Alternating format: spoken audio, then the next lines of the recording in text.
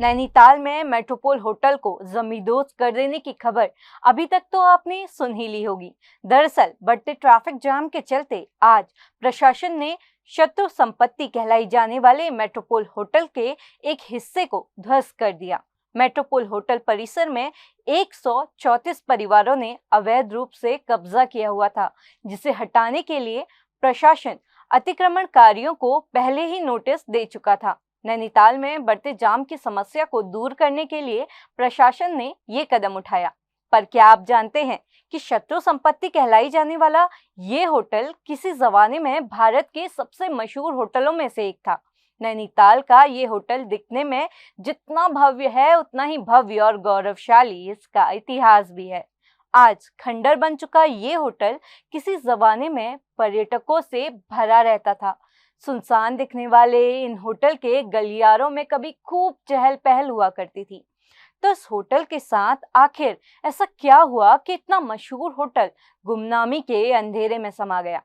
नमस्कार, मैं रक्षिता स्वागत करती हूँ आपका खबर उत्तराखंड में।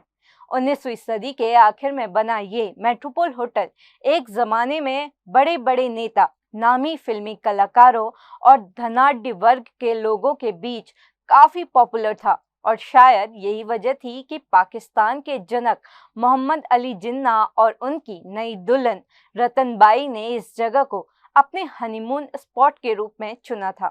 खंडर हो चुके इस मेट्रोपोल होटल को देखकर विश्वास नहीं होता कि इस होटल में 75 कमरे, 16 कॉटेज और 24 सर्वेंट क्वार्टर्स के साथ 5 टेनिस लॉन एक समय में खचाखच भरे रहते थे।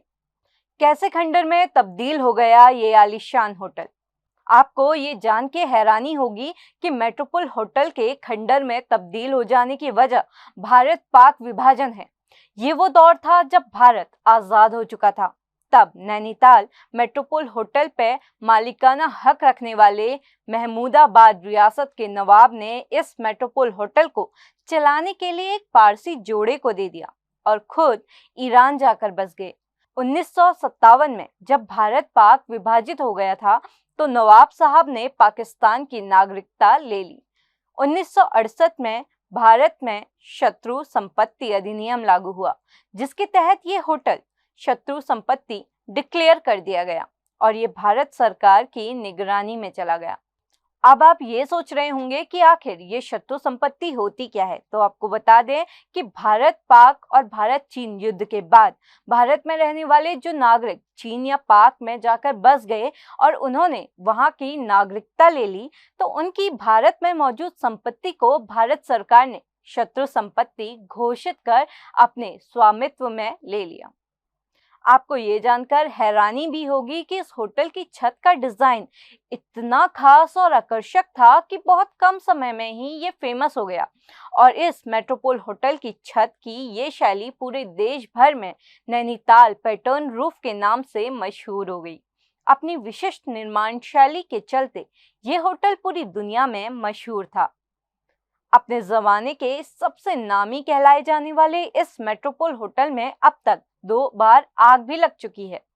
डंपिंग और पार्किंग जोन से लेकर आज जमींदोज होने तक के सफर में इस मेट्रोपोल होटल ने अपने अस्तित्व को बनाए रखने के लिए काफी लड़ाइयां लड़ी। नवाब साहब के परिजनों के लाख कोशिश करने के बाद भी ये संपत्ति उनको नहीं मिल पाई। जब ये संपत्ति शत्रु संपत्ति घोषित हुई, तब से यहाँ लोगों ने धीरे धीरे कब्जा करना शुरू कर दिया था और आज जाम की समस्या के चलते इस मेट्रोपोल होटल के एक हिस्से को, जिस पर अतिक्रमणकारियों ने कब्जा कर रखा था, उसे ध्वस्त कर दिया गया। अब यहाँ पार्किंग की व्यवस्था की जाने की बात कही जा रही है।